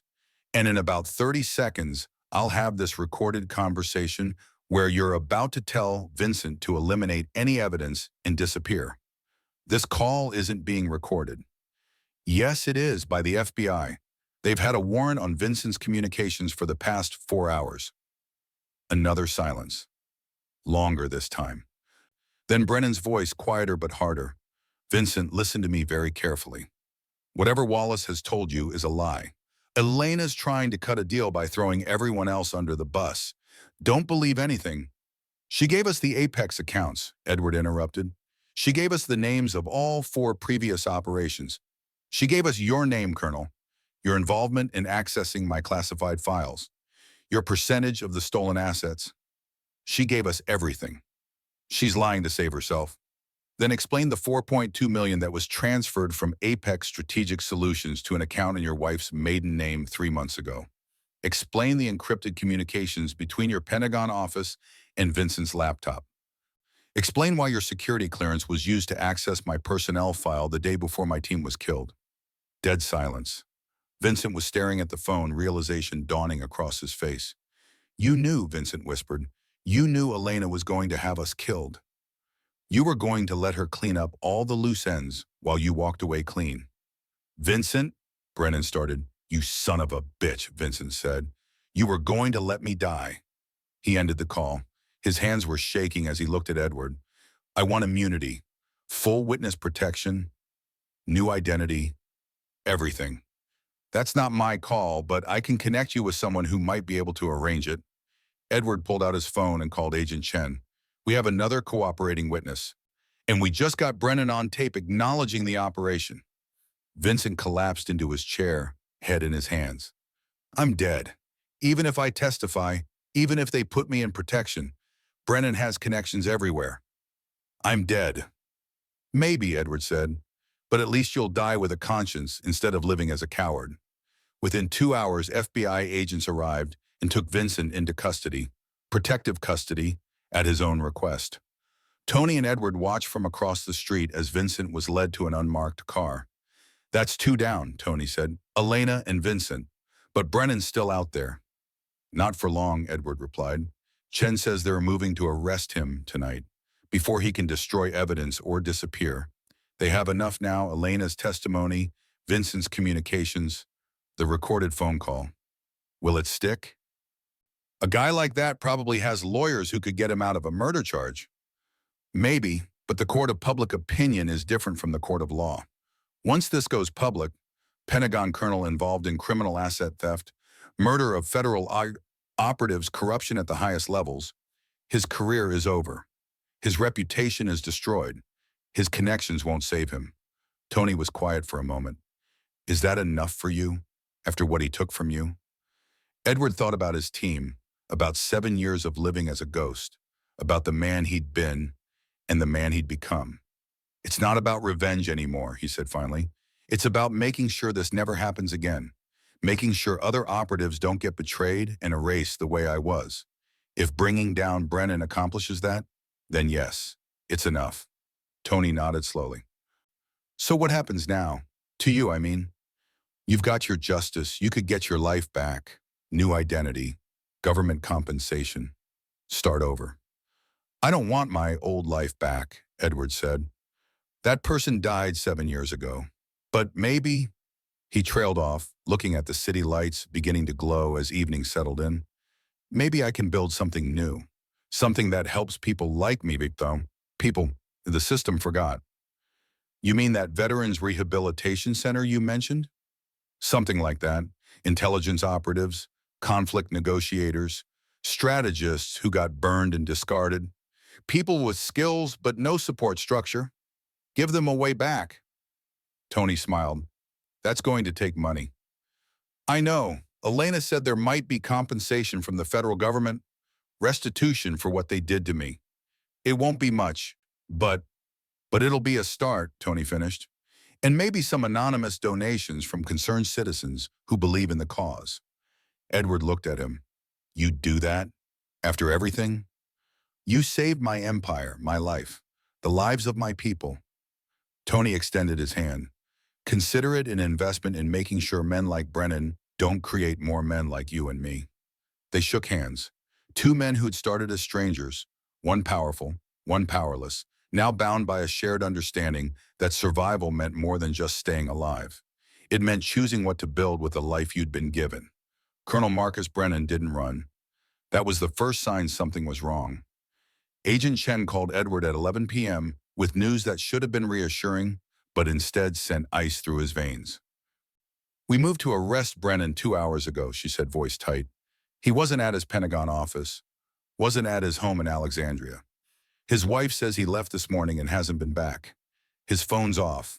His car's GPS is disabled. He's gone dark. He ran, Tony said from across the safe house table. No, Edward said quietly. He's military, 30-year career, commendations, respected. Men like that don't run when cornered. They fight back. Fight back how? Chen asked through the speaker. Edward's mind raced through tactical possibilities. He knows Elena and Vincent are cooperating. He knows we have evidence, but he also knows that evidence needs to reach trial. If the witnesses disappear before they can testify, the case falls apart, Chen finished. We've got Elena in a secure federal facility, armed guards. No one's getting to her. What about Vincent? A pause. He's in protective custody, safe house on the outskirts of the city. 2 agents with him at all times. Location? I can't share that information, even with you. Then share it with your agents, Edward said urgently. Tell them Brennan's coming. Tell them he's not just a Pentagon bureaucrat. He's a former Special Forces, decorated combat veteran, trained in infiltration and extraction. If he wants Vincent dead, 2 agents won't stop him. I'll send backup, double the security. Send everyone you can, because Brennan's not just protecting himself anymore. He's eliminating threats, and he won't stop with Vincent. Edward ended the call and looked at Tony. Where's Victor? My penthouse with Marco. Why? Because Brennan knows Victor was part of this operation. He might not know Victor was kept in the dark about Elena, but he knows Victor's a loose end, someone who could corroborate details, make connections. Tony was already on his phone. Marco, where's Victor right now? A pause. Marco? Tony's voice sharpened. Marco, answer me. The line was dead. Edward and Tony moved simultaneously, grabbing weapons. A pistol for Tony, nothing for Edward except the tactical awareness that had kept him alive for 7 years. They reached Tony's penthouse in 12 minutes. The elevator opened onto a hallway that was too quiet. The door to Tony's apartment was slightly ajar. Tony drew his weapon. Edward positioned himself to the side, hand signaling the entry pattern he'd learned in a different life. They moved in fast and low. Marco lay on the living room floor, unconscious but breathing. Head wound, not gunshot. Brennan had subdued him quietly. Victor was gone. Damn it, Tony hissed, checking Marco's pulse. He's alive, breathing steady. But Brennan took Victor. Edward scanned the room with professional efficiency. Coffee table overturned, lamp broken, signs of brief struggle. Victor fought back. Brennan had to use force, which means this wasn't a clean extraction. Why take him? Why not just kill him here? Because Brennan needs information first. He needs to know exactly what we have, what Victor knows, whether there are other copies of evidence, other witnesses. Edward moved to the window, looking down at the city 43 stories below. He'll interrogate Victor, then eliminate him. We have maybe an hour. To do what? We don't know where Brennan took him. Edward turned back to the room, mind working through patterns and probabilities. Brennan's improvising now. He didn't plan this. He's reacting, which means he didn't prepare a secure location in advance. He had to use something available, something he could access quickly. Somewhere isolated enough for an interrogation, but accessible enough to reach in under an hour. That could be anywhere. No, it has to be somewhere Brennan knows, somewhere he's comfortable, somewhere with emotional significance. Edward's eyes narrowed. Chen said Brennan's former special forces. What unit? Tony was already pulling up information on his phone. Delta Force served 2 tours in Iraq, 1 in Afghanistan, based out of Fort Bragg originally, then transferred to Pentagon Strategic Operations. Local connections? Property? Training facilities? Tony scrolled through data. An old military training facility, decommissioned 5 years ago, about 40 minutes outside the city. Brennan was listed as project supervisor when it was active. Edward felt the pieces clicking into place. That's where he'd go. Familiar territory, isolated, abandoned but still structurally sound, perfect for what he needs. I'm calling Chen, getting backup. No time. By the time federal agents mobilize and reach the facility, Victor's dead. We go now. Tony looked at Edward, this homeless man turned strategist, unarmed and technically powerless, and saw absolute certainty in his eyes. All right, Tony said, we go now, but we're not going in blind. The abandoned training facility sat like a concrete ghost in the darkness, surrounded by overgrown fields and rusted fencing. Tony parked a quarter-mile away, lights off, engine silent. 2 buildings, Edward observed through binoculars, main barracks and administrative structure. If I were conducting an interrogation, I'd use the admin building, more isolated, better sight lines, easier to defend. You see movement? 2nd floor, window on the east side, light flickering, probably flashlight or lantern. Tony checked his weapon. We go in quiet, extract Victor, get out before Brennan knows we're there. He'll know, Edward said. Men like Brennan are trained to expect counterattacks. He'll have early warning systems. Tripwires maybe, motion sensors if he had time to set up. So how do we get in? Edward smiled grimly. The same way I've been getting into places for 7 years. We become invisible. They approached the facility from downwind, moving slowly through tall grass. Edward led, his movements economical and silent. Years of avoiding notice on the streets had honed instincts that military training had planted. He spotted the first tripwire 20 feet from the perimeter fence. Fishing line tied to empty cans, crude but effective. They stepped over it carefully. The fence was chain link, rusted but intact. Edward found a section where the bottom had pulled away from the ground, small enough that most people would miss it, large enough for a thin man to slide through. They were inside. The administrative building loomed ahead, dark except for that single flickering light on the second floor. Edward led them to a side entrance, a service door that hung slightly askew on damaged hinges. He tested it carefully. Not locked, not alarmed. Too easy. He signaled Tony to wait and slipped inside alone. The interior was gutted, stripped walls, empty rooms, debris scattered across concrete floors. Edward moved through the darkness like smoke, every sense alert. He found Victor on the second floor. The man was zip-tied to a metal chair in what used to be an office. Blood ran from his nose. His left eye was swelling shut, but he was conscious, and he wasn't alone. Colonel Marcus Brennan stood by the window, silhouette backlit by a battery-powered lantern. 55 years old, silver hair, military bearing even in civilian clothes. He held a pistol loosely in his right hand. "Hello, Edward," Brennan said without turning. "I was wondering when you'd arrive." Edward stepped into the doorway, hands visible and empty. "Let him go, Marcus. This is between you and me." "Is it?" Brennan finally turned, and Edward saw a man who'd aged badly in the past few hours. Deep lines around his eyes. Gray pallor beneath his tan. The look of someone who'd built everything on sand and just felt it shift. "Because from where I stand, this is between me and everyone who wants to destroy 30 years of service over one mistake." "One mistake?" Edward's voice was cold. "You murdered 5 people. You erased my identity. You enabled 7 years of criminal operations that stole millions and ruined lives." "That's not a mistake, Marcus. That's a choice. A choice I made to protect this country," Brennan shot back.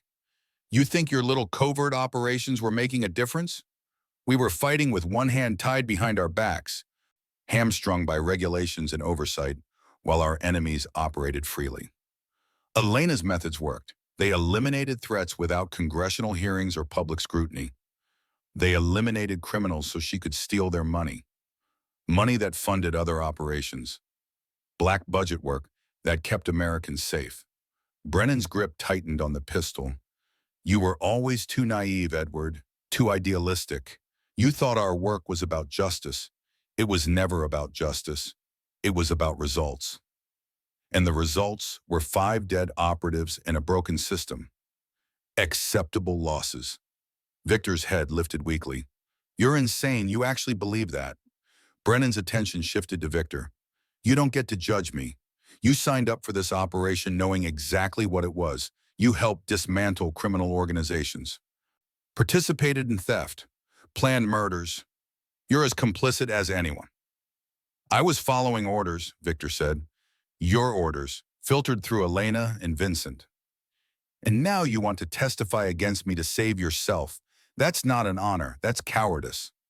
"No," Edward said quietly. "That's survival, something you taught us very well." Brennan's gun came up, pointing at Edward. "I taught you tactics, strategy, how to think 3 moves ahead. Apparently you learned well enough to track me here." "You wanted me to track you here," Edward corrected. "You left enough clues to make this location findable, but not obvious. You set this up as a final confrontation because you can't accept that you lost." "I haven't lost." "Yes, you have. Elena's testimony is recorded. Vincent's communications are documented. The evidence is already with federal prosecutors. Even if you kill Victor, kill me, kill everyone in this room, you're done, Marcus. The only question is whether you surrender with some dignity or go down fighting." Brennan's laugh was bitter. Dignity. From the man who spent 7 years living on the streets like an animal. "You want to lecture me about dignity?" "I survived," Edward said. "You destroyed yourself." For a long moment, they stood in tense silence. 2 men who'd served the same system, trained in the same tactics, separated by a choice one made 7 years ago. Then Brennan's finger moved toward the trigger. A gunshot shattered the silence, but not from Brennan's weapon. The colonel stumbled forward, blood spreading across his shoulder. His pistol clattered to the floor. Tony stepped into the room behind Edward. Weapon raised and steady. "Drop it or the next one goes center mass." Brennan sank to his knees, hand pressed against the wound. "You shot me." "You were about to shoot him," Tony said simply. Seemed like poor manners. Edward moved quickly, kicking Brennan's weapon away and checking Victor's restraints. The zip ties were industrial grade, but Edward found a piece of broken glass and sawed through them. Victor collapsed forward, breathing hard. He was going to kill me, going to make it look like a mob hit. Frame you for it. I know, Edward said. He turned to Brennan, who was still on his knees, bleeding but conscious. It's over, Marcus. You're done.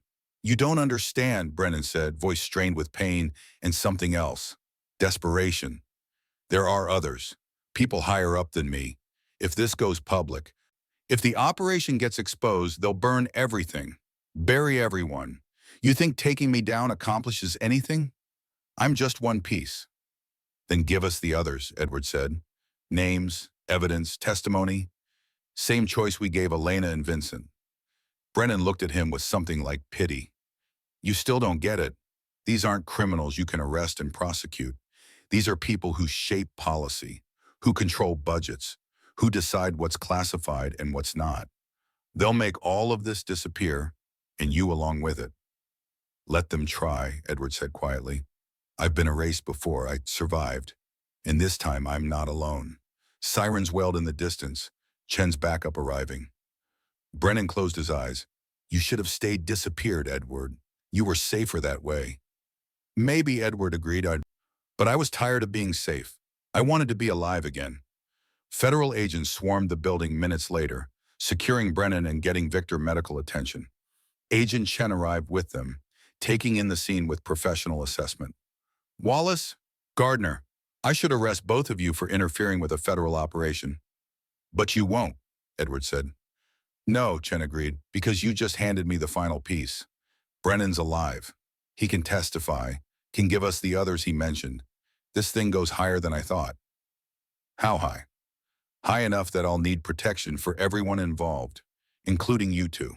She looked at Edward and Tony, the strategist and the crime boss, unlikely allies bound by shared survival. You've made powerful enemies tonight, people who don't forget. Good, Edward said. Neither do I. 3 months later, the courtroom was packed. Edward Wallace sat in the gallery wearing a suit that actually fit, watching as Colonel Marcus Brennan was led in, wearing orange prison scrubs and restraints. The decorated officer who'd once commanded respect throughout the Pentagon now looked diminished, aged beyond his years. Beside Edward, Tony Gardner sat quietly, his tattooed hands folded. He'd declined to wear his usual expensive suits, instead opting for something understated. They weren't here to make statements. They were here to witness the end. Chen had delivered on her promises.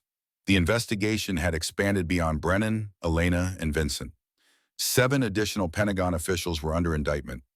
2 senators were being investigated for accepting bribes. The scope of the corruption had shocked even seasoned federal prosecutors. Elena Cross had pleaded guilty to 17 counts, including murder, theft, and conspiracy. She'd received 25 years with a possibility of parole. The judge had been clear. Her cooperation had saved her from a life sentence, but justice still required accountability. Vincent Torres had disappeared into witness protection. Edward didn't know where and didn't need to. Vincent had testified, providing communications and financial records that corroborated everything Elena had said. That was enough. Now it was Brennan's turn. The prosecution presented evidence methodically. Classified documents Brennan had illegally accessed, communications with Elena coordinating operations, financial records showing his percentage of stolen assets, and testimony from the surviving members of oversight committees who'd refused to participate in his schemes. But the most damaging testimony came from someone unexpected. Brennan's former executive officer, a Major Patricia Hensley, who'd served under him for 8 years, took the stand with tears in her eyes. I knew something was wrong, she said, voice breaking. The way Colonel Brennan handled certain operations, the classified files he'd access after hours, the private meetings with contractors who weren't in any official database. I reported my concerns to the Inspector General's office twice. What happened to those reports? The prosecutor asked. They disappeared, both times, and the second time I filed, Colonel Brennan called me into his office and suggested I might want to consider early retirement. Her hands trembled. He told me that sometimes loyalty meant knowing when not to ask questions. I was afraid. So I stopped asking. Edward felt something tighten in his chest. How many people had seen pieces of the truth but stayed silent out of fear? How many others had Brennan intimidated into complicity? The trial lasted 6 days. The verdict came back in 4 hours. Guilty on all counts. Brennan showed no emotion as the judge read the sentence. 45 years in federal prison without possibility of parole. At 55, he'd likely die behind bars. As federal marshals led him away, Brennan's eyes found Edward in the gallery.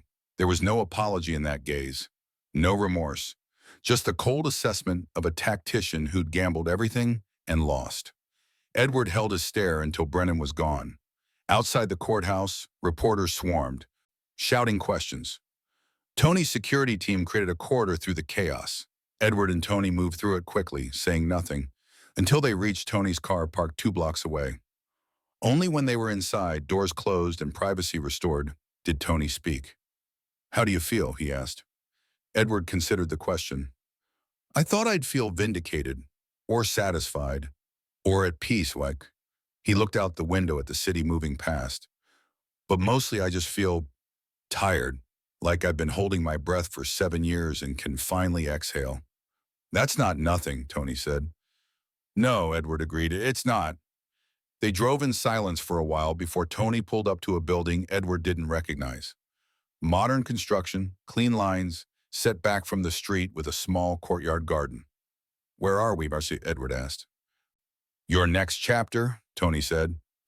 He led Edward inside. The lobby was simple but well-designed.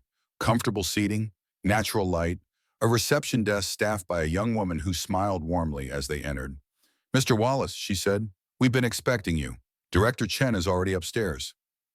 Edward followed Tony to the 3rd floor, confusion giving way to understanding as they walked down a hallway lined with offices. Agent Chen stood in a large conference room, reviewing documents spread across a table. She looked up as they entered. "Edward, good timing." She gestured to the space around them. "What do you think?" "I think I don't know what this is," Edward said carefully. "It's what you asked for," Tony said. "A rehabilitation and reintegration center for intelligence operatives, military strategists, and conflict specialists who've been burned by the system. People like you." Edward's breath caught. "This is, you actually, the federal government provided restitution for what was done to you," Chen explained. $3 million in compensation for wrongful termination, identity erasure, and pain and suffering. We also secured grants from several military support foundations. Combined with anonymous donations, she glanced at Tony, we had enough to lease this building and staff it for the first 2 years. "Anonymous donations," Edward repeated, looking at Tony. Tony shrugged. "Consider it an investment in making sure what happened to you doesn't happen to others." Edward walked slowly through the space, offices that could become counseling rooms, a large common area for group sessions, smaller rooms for private work, computer stations, a small library already stocked with books on trauma recovery and career transition. "We've partnered with 3 psychologists who specialize in intelligence community trauma," Chen continued.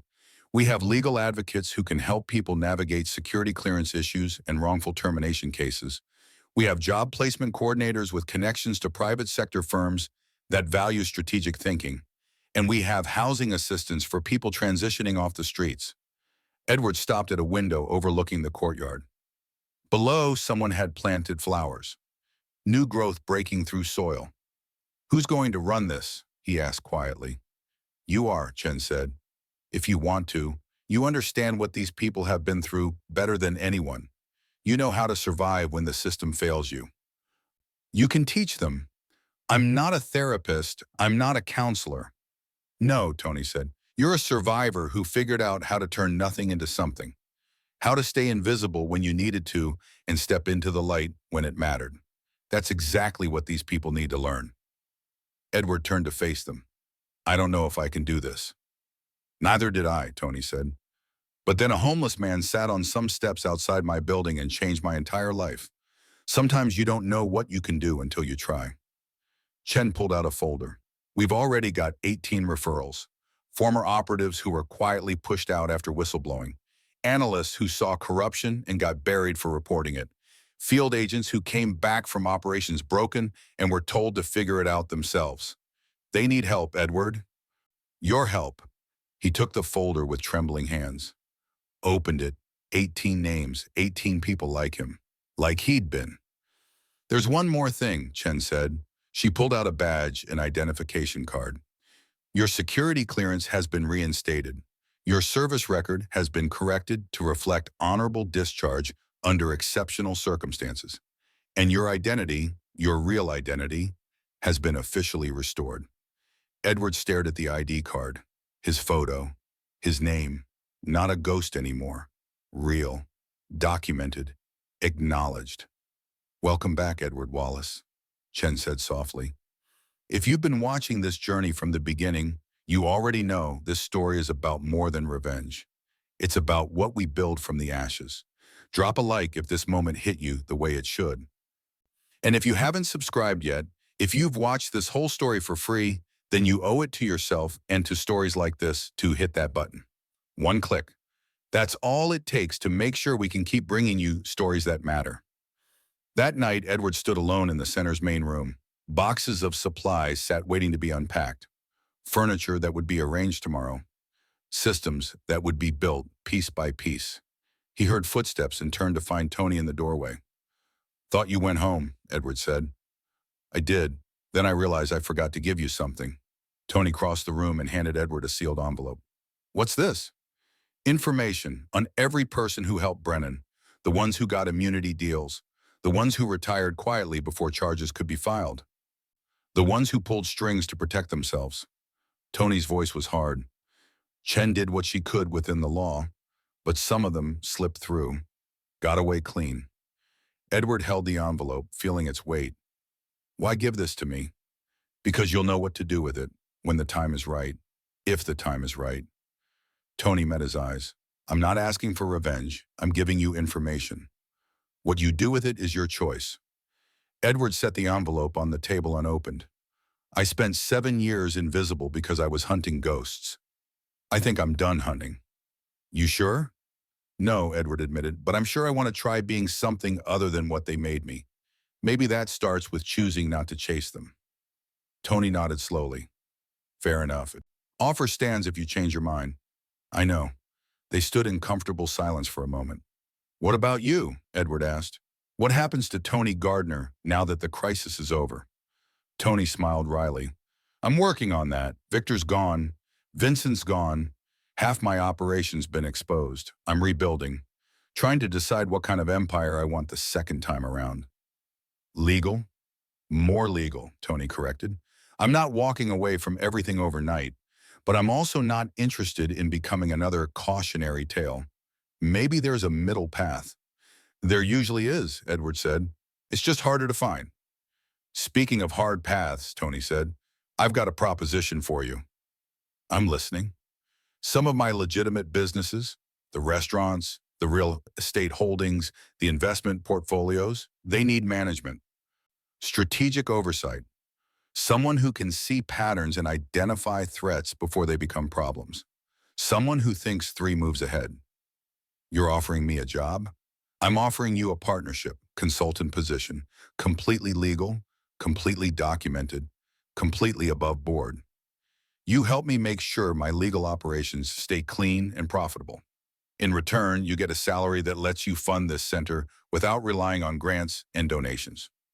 Edward considered it. People would talk. Former intelligence operative working with a known crime boss. Former crime boss, Tony corrected. I'm transitioning.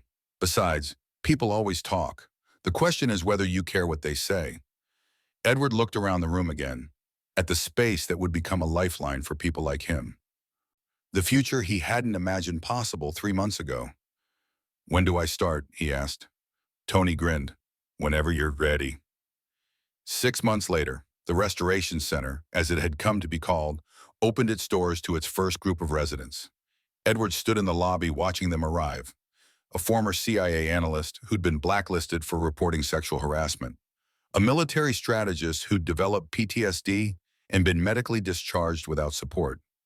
A conflict negotiator who'd blown the whistle on contractor fraud and lost everything.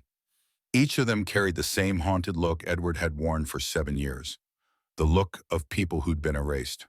"Welcome," Edward said as they gathered in the common room. "My name is Edward Wallace. 7 years ago, I was where you are now, burned by the system I'd served, erased by the people I trusted, living on the streets because it was the only way to stay invisible." He saw recognition in their eyes, understanding. "I'm not going to tell you it gets easier," he continued, "or that the system will suddenly start caring about what happened to you. But I can tell you this, you're not invisible anymore. Not here. Here you're seen, you're valued, and you're going to learn how to rebuild." Over the next weeks, Edward worked with each of them individually, teaching them skills he'd learned on the streets, how to stay off-grid when necessary, how to access resources without leaving traces, how to survive on nothing. But more importantly, teaching them skills he'd learned in his former life: strategic thinking, pattern recognition, threat assessment. Skills that had value in the private sector for companies that needed security consultants, risk analysts, strategic advisors. They weren't broken. They were specialists in survival, and survival was a marketable skill. By month 3, 2 residents had secured consulting positions with private firms. By month 6, 4 more had transitioned into permanent housing and stable employment. The success rate was remarkable. Chen visited regularly, bringing new referrals and government funding approvals. Tony stopped by weekly, usually with Elena's daughter, a young woman named Sophia who'd been devastated by her mother's crimes and was trying to rebuild her own life through volunteer work. The center became what Edward had envisioned, a place where ghosts could become real again. One evening, Edward sat in his office reviewing applications when Tony knocked on the open door. "Got a minute?" Tony asked. "Always. Come in." Tony settled into the chair across from Edward's desk. He looked different these days, still sharp, still powerful, but tempered, like steel that had been through fire and came out stronger but more flexible. "I wanted you to hear it from me first," Tony said. "I'm stepping back from the organization, handing operational control to Marco. I'm keeping ownership of the legitimate businesses, but the rest of it, the gray areas, the questionable enterprises, I'm out." Edward set down his pen. "That's a big decision." "It's the right decision. I spent 15 years building an empire in fear and violence. I'm not interested in spending the next 15 defending it." Tony leaned back. "Besides, I've got other projects now. The center's expansion, we're opening a second location next year. The youth outreach program we're funding. The legal reform advocacy group." "You're becoming a philanthropist," Edward observed with a slight smile. "I'm becoming someone who sleeps better at night," Tony corrected. "Turns out that's worth more than all the power I thought I needed." "Did you ever imagine this?" Edward asked. 6 months ago when you stepped out of that car and asked me a question as a joke, did you imagine we'd end up here?" Tony laughed. "No, I imagined you'd mumble something incoherent, my guys would laugh, and I'd forget about you by dinner. Instead, you destroyed my entire worldview and rebuilt it into something I didn't know I needed. Fair trade for you. Saving my life. I'd say we're even." They sat in comfortable silence, 2 men who'd started as strangers on opposite sides of power and found something neither expected: friendship. "There's something else," Tony said finally. He pulled out the envelope he'd given Edward months ago, the one with information on the people who'd escaped justice. "You never opened it." "No," Edward agreed. "Why not?" Edward looked at the envelope for a long moment. "Because opening it meant choosing revenge over recovery. And I think I've had enough revenge for one lifetime. These people, the ones who got away, they'll either get caught eventually or they'll live the rest of their lives looking over their shoulders. Either way, they're not my problem anymore." Tony smiled and tore the envelope in half. "Good answer." He dropped the pieces in the trash can.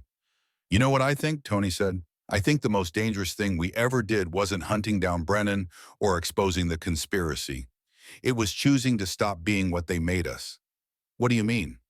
"They made you a ghost. They made me a tyrant. And we could have stayed that way forever, locked into those identities, playing the roles they assigned us. But we chose something different. We chose to build instead of destroy, to heal instead of hurt. That's more dangerous to people like Brennan than any revenge could ever be. Edward considered that because it proves their system doesn't have to win. Exactly. Every person who walks out of this center with a bus and a future is proof that being erased isn't permanent, that surviving is possible, that people can change. A knock interrupted them. One of the residents stood in the doorway. Marcus Chen, former NSA analyst, 3 weeks into the program. Sorry to interrupt, Marcus said, but I just got a job offer. Cybersecurity consultant, six-figure salary, benefits, everything. His voice cracked slightly. 6 months ago, I was sleeping in a shelter. Today, I'm getting my life back. Edward stood and shook his hand. You earned this, Marcus. Every part of it. After Marcus left, practically floating, Tony turned to Edward. That right there, that's the most powerful thing I've ever seen. And I've seen a lot. Edward nodded, feeling something he hadn't felt in 7 years. Purpose, not revenge, not survival, actual purpose. You know what the best part is? Edward said quietly. Every person who succeeds here, every ghost who becomes real again, they prove that Brennan failed. Not just in court, not just in prison, but completely. Because the system he protected, the corruption he enabled, it doesn't get to win, we do. Tony raised an imaginary glass. To winning. Edward smiled. To surviving, to rebuilding, to choosing a different future. They sat together as evening light faded through the windows. Two men who'd walked through fire and emerged not unscathed, but transformed. The ghosts had found their way home, and in doing so, they'd built a place where other ghosts could do the same. 2 years later, the Restoration Center had expanded to 4 locations across 3 states. Over 200 former intelligence operatives, military strategists, and burned analysts had passed through its programs. The success rate for job placement was 83%. Edward Wallace stood at a podium in front of a congressional hearing committee, testifying about the need for systemic reforms in how the intelligence community treated whistleblowers and traumatized operatives. Senator Patricia Morrison, one of the few officials who'd fought against the corruption Brennan represented, listened intently as Edward spoke. The people who serve in our intelligence community aren't disposable, Edward said, his voice steady and clear. They're specialists who've dedicated their lives to protecting this country. When they see corruption or abuse and try to report it, we shouldn't erase them. We should listen. And when they come home broken from operations that push them beyond human limits, we shouldn't discard them. We should heal them. Mr. Wallace, Senator Morrison said, you're living proof that the system failed catastrophically. You were erased, hunted, left for dead. What would you say to those who argue that intelligence work requires harsh measures and that casualties, whether physical or professional, are simply the cost of doing business? Edward thought about his team, about 7 years on the streets, about the choice he'd made to stop hunting ghosts and start building futures. I'd say they're wrong, he replied quietly. The cost of doing business shouldn't be our humanity. The moment we start treating people as acceptable losses, we become exactly what we're fighting against. Real strength isn't measured by how much we're willing to sacrifice. It's measured by how much we're willing to protect, including the people who serve us. The hearing room was silent. Then Senator Morrison nodded. Thank you, Mr. Wallace. Your testimony will be invaluable as we draft the Intelligence Community Protection and Accountability Act. After the hearing, Edward walked out of the Capitol building into afternoon sunshine. Tony was waiting by the car, reading something on his phone. He looked up as Edward approached. How'd it go? Tony asked. Better than expected. Morrison says the bill has enough support to pass. So you'll get your systemic reforms, protection for whistleblowers, mandatory support programs for traumatized operatives, independent oversight for termination cases. If it passes, yes. Edward climbed into the car. Might actually prevent the next Edward Wallace from spending 7 years as a ghost. You did good, Tony said simply. They drove through Washington, D.C., past monuments and government buildings, past the systems that had both broken and rebuilt them. You ever think about how different things would be if I hadn't asked you that question? Tony said. If I just walked past without stopping? If I'd never been curious about what a homeless man would say? Edward considered it. I think eventually something else would have forced us into each other's orbit. The universe has a way of putting people where they need to be. You believe that? After everything? I believe we survived for a reason, Edward said.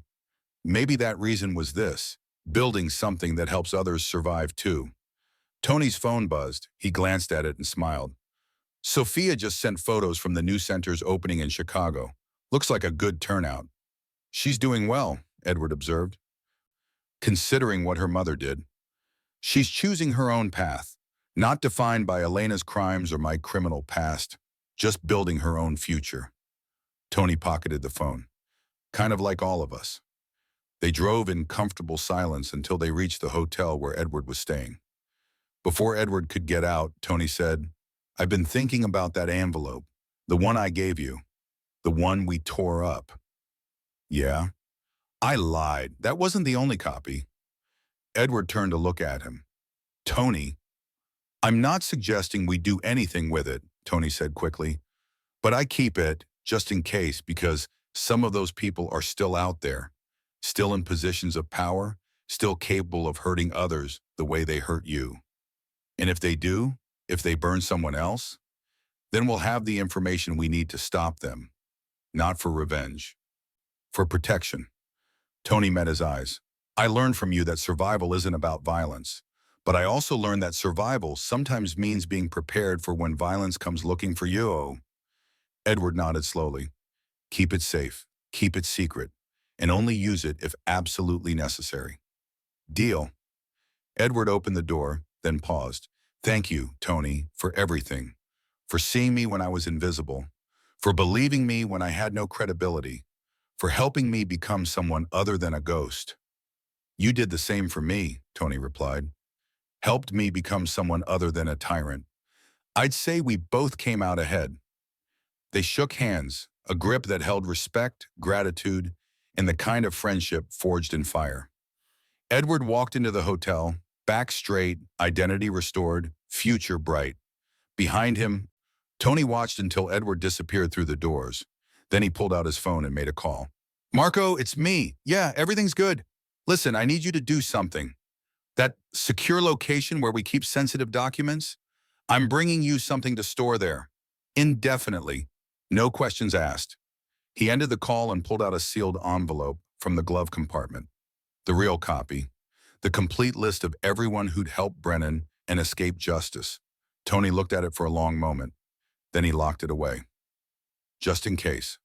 Because men like them, men who'd survived hell and built something beautiful from the ashes, understood one fundamental truth. Hope for the best, prepare for the worst, and never ever forget what it costs to survive. Power isn't built by kings. Sometimes, the most dangerous men are the ones who have nothing left to lose and choose to rebuild anyway. This is a story about the fallen strategist and a feared mafia boss who realized the only way to defeat the darkness that shaped them wasn't to fight harder, but to choose a different future. A future where survival means more than just staying alive, where redemption is possible even for ghosts, and where the strongest thing you can do isn't destroy your enemies, it's prove they were wrong about you. Thank you for following Edward and Tony's journey. If this story moved you, changed you, or made you think differently about power, survival, and second chances, share it. Because stories like this only survive if people like you decide they matter. Until the next story, stay strong, stay strategic, and never let anyone convince you that being erased is permanent.